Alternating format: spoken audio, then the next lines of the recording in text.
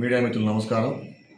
ఈ సంవత్సరం మే 16వ తేదీన పలంనేరు మండలం కోతిగూడ గ్రామం చెందినటువంటి C Venkateswarlu son of late E Krishnappa BSF constable ఇతను ఇచ్చిన ఫిర్యాదు మేరకు తన భార్య శిల్ప మరియు ఆమె స్నేహితుడు వెంకటేశ్వర్లు నూనెవారిపల్లె వాళ్ళిద్దరు కలిసి అతని పైన నూనె పోసి చంపడానికి హత్యాయత్నం చేసినట్లు ఇచ్చిన ఫిర్యాదు మేరకు కేసు నమోదు చేయడం జరిగింది.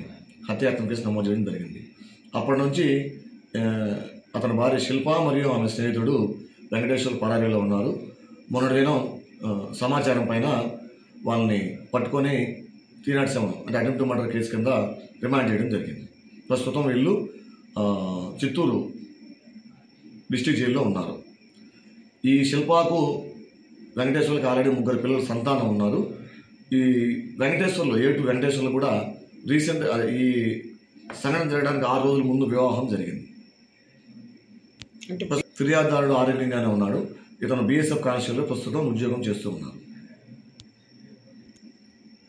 దీంట్లో దర్యాప్తు ప్రకారం వాళ్ళిద్దరు అక్రమ సంబంధం పెట్టుకొని దానికి అడ్డుగా ఉన్నాడు భర్త అని అతను తొలగించాలనే ఉద్దేశంతో ఈ సంఘటన జరిగినట్లుగా ముద్దాయి యొక్క నేర ఒప్పుదలలో రికార్డ్ చేయడం జరిగింది.